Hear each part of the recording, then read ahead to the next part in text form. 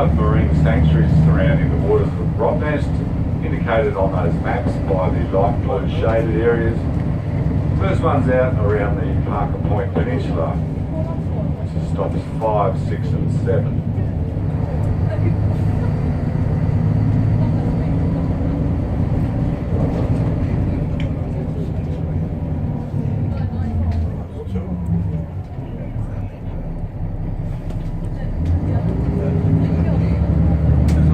Fortress Rottnest during the Second World War.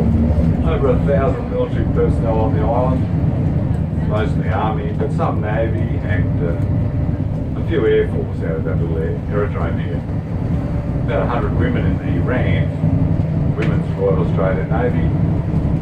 They were manning the signalling stations, the flag stations back to North Fremantle and over to Garden Island to our south.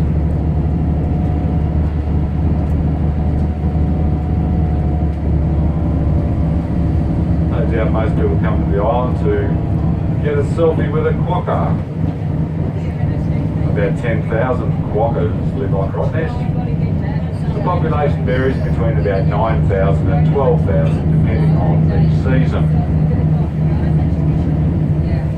Last couple of years we've had very nice rain seasons, so the island is very healthy. So no doubt the quokka population will be heading up towards 11 or 12,000.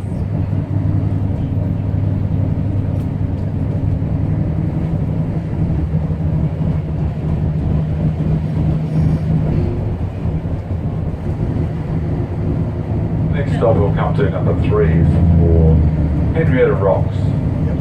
The only visible shipwreck left around the island to be seen without going into the water is just below the bus stop at number 3.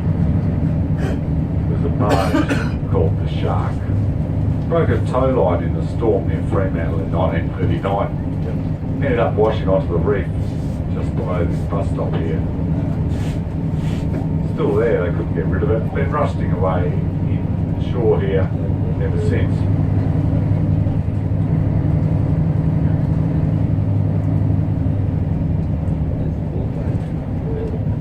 See a bit of the winding gear sticking out of the water here, just to the left on the reef there. Quite a sizable barge too. Parker Point's over there where those boats are, anchored in there, sheltering from the southerly now. And this bay in front of us to the left is Porpoise Bay, stop 4. This is where William de Vlaming walked onto the island in 1696. Besides naming it Rottnest after the quokkas, he also named the most westerly point of the island, Cape Vlaming.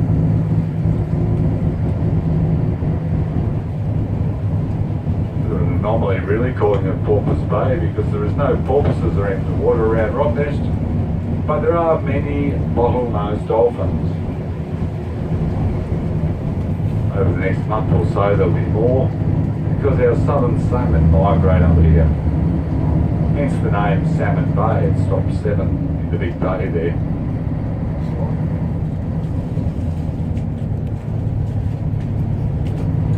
Dolphins are very good at herding them up and making a meal out of them. Up to about 70 pods in a dolphins in a pod, sorry.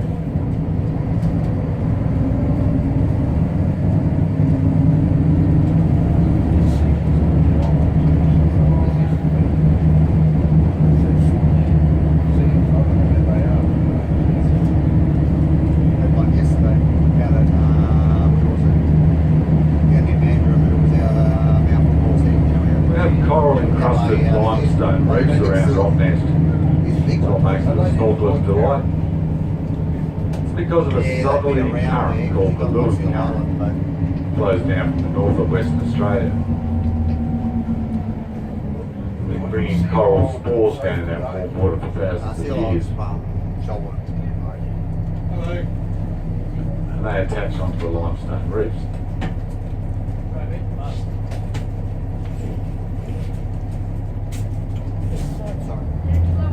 Also about 200 species of tropical fish can live around Rottnest because of the warm current and the waters it creates.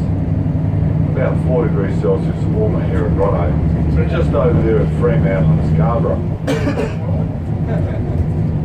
That's where you get cold. It's just warming up for it. Cold right there. Yeah, around the back there. I don't know much is here now. It used to be quite a lot. Say a couple of degrees different. Yeah, I'm not sure how much was in California. But you don't get much. The low consistent conditions for it. Out the Rottnest, right? Yeah, you got to be out there. Yeah, so we just duck around the Market Point Peninsula here. Stops 5, 6 and 7. And we'll come out on that road directly in front of us and turn up to the right. And head up along Salmon Bay, heading up towards Withdrawn Lighthouse. Stop 8. It's supposed to be enough. It's supposed to be. Wajak Nongars are the traditional owners of this island, past and present. Like so many blowers, you never catch them. Every now and again, someone catches them because they're there. Evidence is found of bones on the island and some other implements, and they carbon dated the bones are over 17,000 years old. Because this used to be a peninsula off the mainland all those years ago. It's only about 7,000 years ago with rising sea levels that Rottnest was isolated from the mainland, as was Garden Island to our south.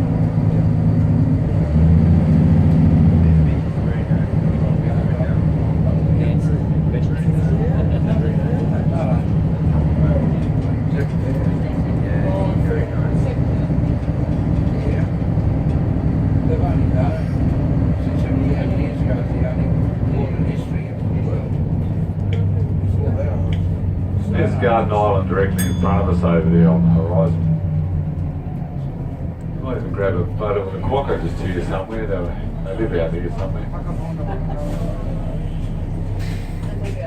All 12,000. Don't be disappointed though, there's plenty of them around the settlement in Thompson's Bay. And even over at George Bay. Coffee shops. Notice how these private vessels here are anchored in the sandy patches only. They're not allowed to disturb the seagrass. It's very important, the seagrass. Part of what's called the blue carbon exchange. See Fremantle on the left, way over there too. That's about 20 kilometres there to our left.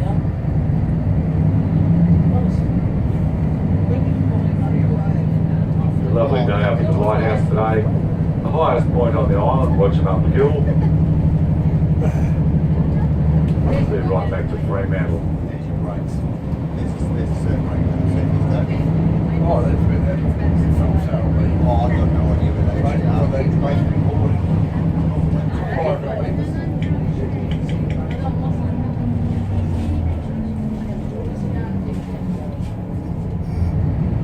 I don't know if that's even good. For waiting. Yeah, so this is all marine sanctuary and the reefs around here. They might be able to surf this up to the sea rocks. Number of beaches on the northern side of the island are much more protected though now. The island provides shelter for those northern beaches from this wind, the southerly wind.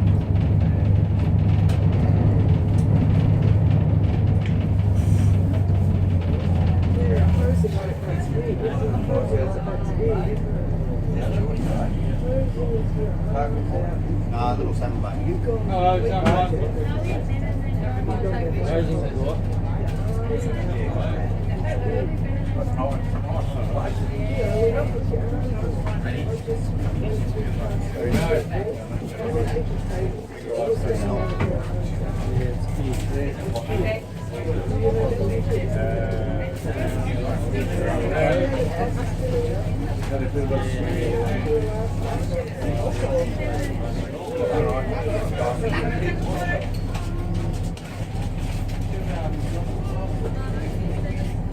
It's going to keep moving, so hold on.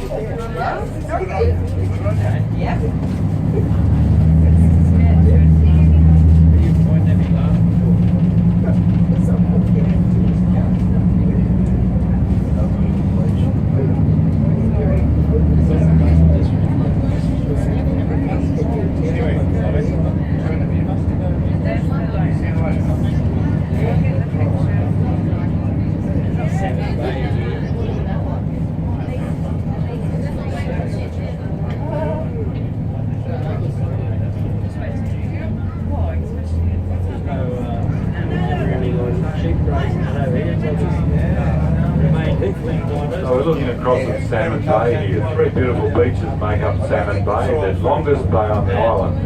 With the Watchmark Lighthouse sitting up there on the hill. I'm staying down a Mandurah there, and it's sort of like a reedy, sandy stuff. Anywhere that's got a bit of water looks like it goes alright. We live in Mandurah, we've got limestone over it. It'll grow anything, that stuff. Yeah, I know where I'm standing, a bit of veggie garden in the back, it's just in this stuff that they've got water. And it'll grow it. Only fertiliser for them, But this is sand over sand, it's very, I'll break it down limestone. You might want to jump off here, I'll open that back door if you do. Sorry, you're gonna go? No. Okay.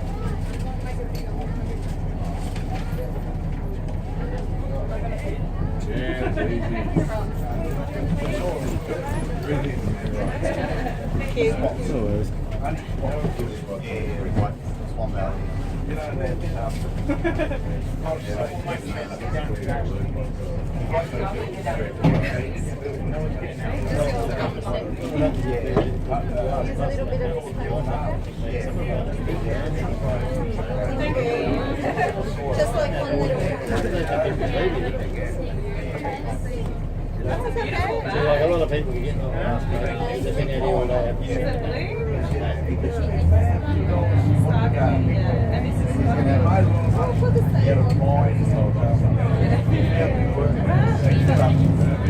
kept on sitting in the morning, fixing it up and so on, in the morning. And shampoo and every other thing. Well, unless you wait for me to see. So the name Wajima, in Wajak Aboriginal language, the word Wajima means island over the sea. Comes down from the Green Time story.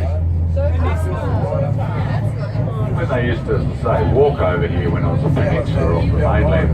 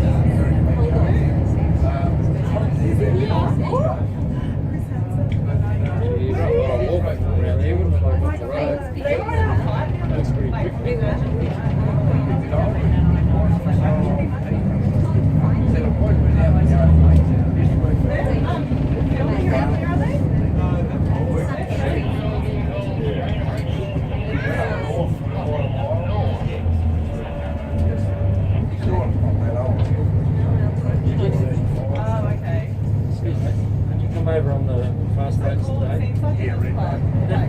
Opposite Shed B where we got on the boats. Is that one of those sheep carrying boats that one on the deck somewhere? I don't know if they've got a fork yet. Well, it's down the water a bit. Yeah.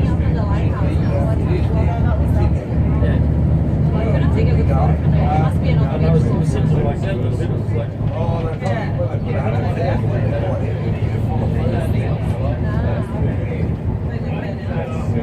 Controversial, they don't like selling them off when it's hot over.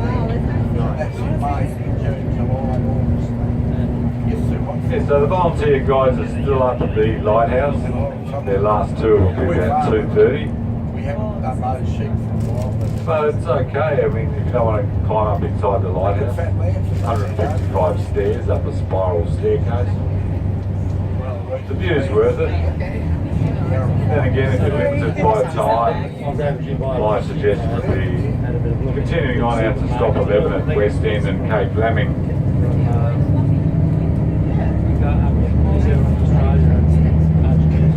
The last bus will leave West End bus stop at 3:35, getting back into Thompson's Bay at 4 o'clock.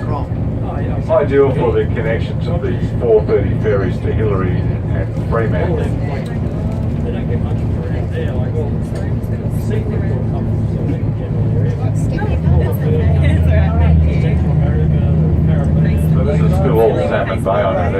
side The here. old water for fattening up some of the animals. It's the same over there, really. Like, where you see that wood replaced, it's real lush. Yeah, it's a very old water though. I think Well, it's a fair I don't think they can dig holes, mate. They can get oil all the time. That's what Queensland are. These are salt lakes, though. They're Yeah, down there. yeah. Very I saw a salt. lot of salt lakes. A lot of salt, mate. All very It's a salt. fairly big area over there, Oh, mate. yeah, yeah. Yeah, that was so good.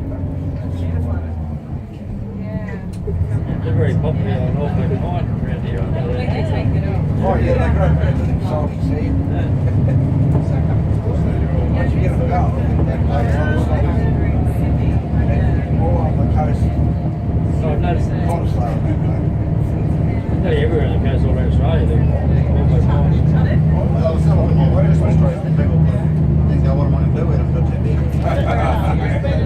That's in your backyard, man. Yeah.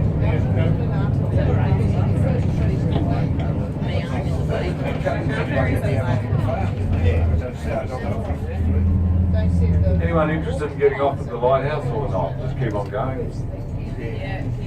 Keep on trucking. You have to make a lot of noise if you want to get off. Someone's waving. No, I Right, have to go. I just have to roll out. they've got to press the button. They'll go ding. We'll just yell out, hey Lee, stop. When it gets hot, that explodes. They should have fires behind it.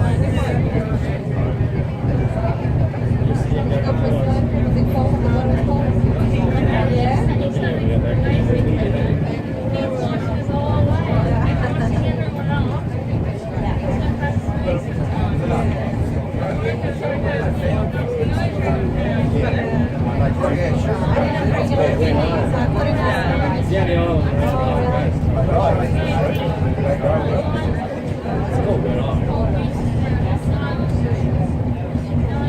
So we're coming up on stop number 9 here for Green Island. Second marine sanctuary starts here at Green Island. Runs around the waters beyond Kitson Point and Mary Cove out to the left up that dead end road there.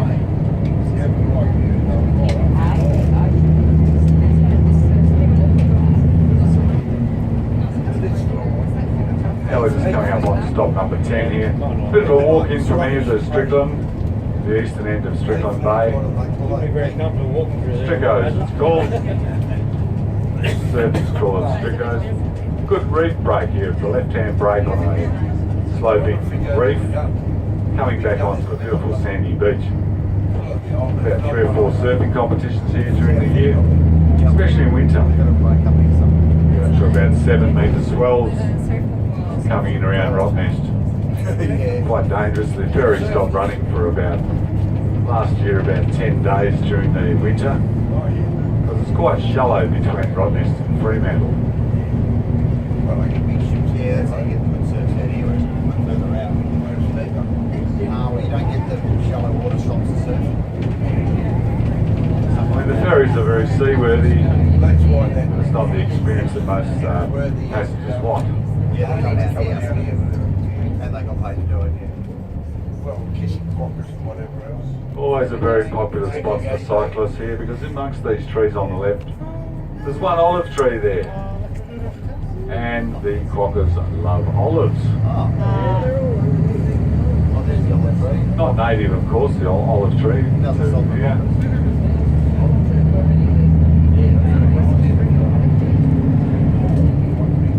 Strickland Bay was named after one of the early Governor Generals of the colony, Gerard Strickland. The British rule of Australia until we federated in 1901. Became part of the then Commonwealth, which we still are. They established a colony of Perth in 1829 in response to seeing a lot of French sailing ships down around Albany in the late 1700s, early 1800s. Even right up the Swan River to Guildford were the French, 1801. So they had to come around and establish it and claim the rest of Australia for the British.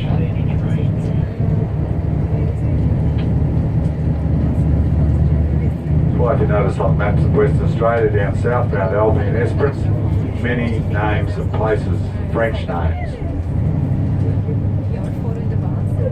Over on the left of this end of this limestone road,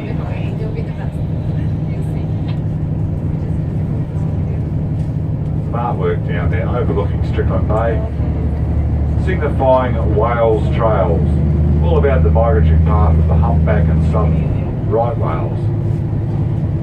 They migrate up past Rottnest about early May, heading to the bays up in the far north Queensland. No, not Queensland, Western Australia.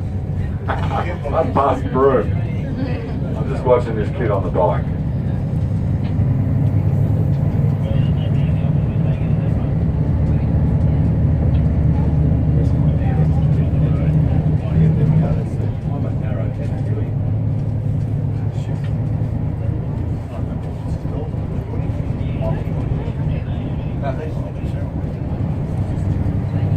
And these humpback and southern right whales come back down past Rottnest in October, heading back to the Southern Ocean. Often seen with their calves here, like last year, breaching really close around the island here. It's quite spectacular to watch. Running across an area here called Narrow Neck. Only 200 metres wide here between Strickland on the left and Rocky Bay there on the right.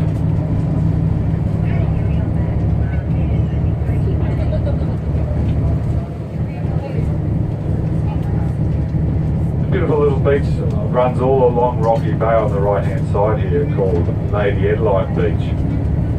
Lady Adeline was Governor Strickland's wife back in the mid 1800s. Sort of pretty well named whatever he wanted, I suppose, being a governor. But a lot of the bays around Rottnest are named after ladies. Some after the first settlement by the Thompsons, Scottish couple. Bought about 100 acres around Serpentine Lake. Ended up with about 13 children. About 8 girls. What else could they do? Yeah, there was no TV, was there, back then? There was no TV at that time. No radio on.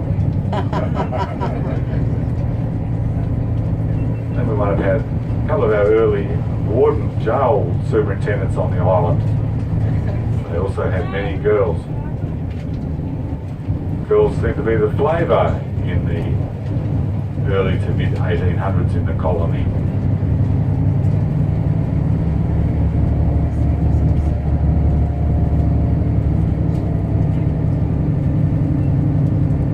A bit of our reforestation here on the left.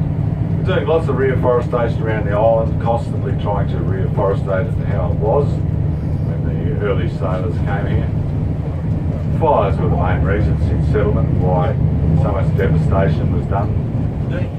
2 or 3 different fires in the late 1800s and early 1900s.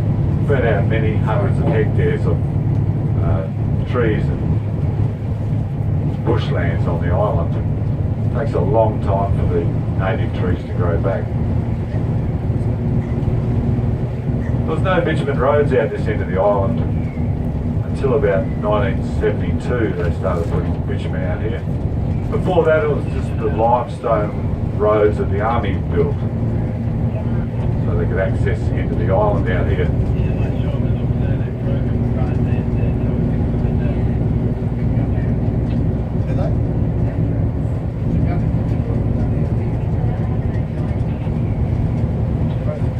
They had, amongst other things on the island, besides the large guns at Oliver's Hill and at Bickley Point, they had 3 radar stations on the island, and also large searchlight facilities.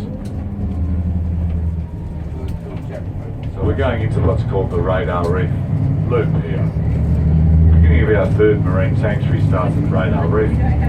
Pretty much encompasses the whole western end of the island, including Cathedral Rocks, which is on the northwest corner of the island. Not that there's any corners on the island, but I reckon when you look at the map of the island, it looks a bit like a dragon. We're down the head end here, and on Cape Laming.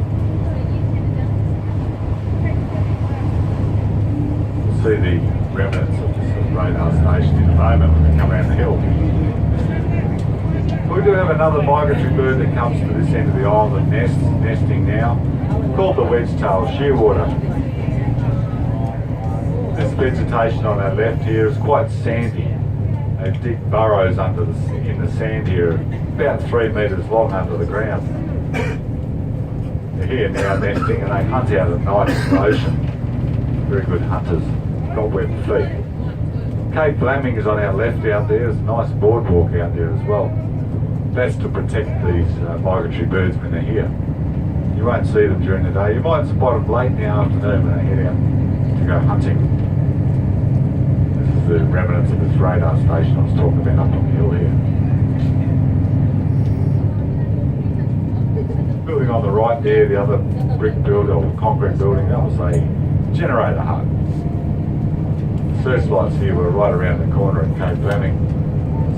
See that white pole on the left there? That's the end of the road there, so it's not far from our bus stop, which is down here directly in front of us now. This is a nice spot to jump off for a bit. The people walking down that track behind the bus stop, they're walking back from the viewing platform for the New Zealand fur seals. Definitely worth spending this. We've got an hour before the last bus, so this is probably the place you'd want to stay. Every half an hour a bus comes, there's 2 more buses coming out behind me.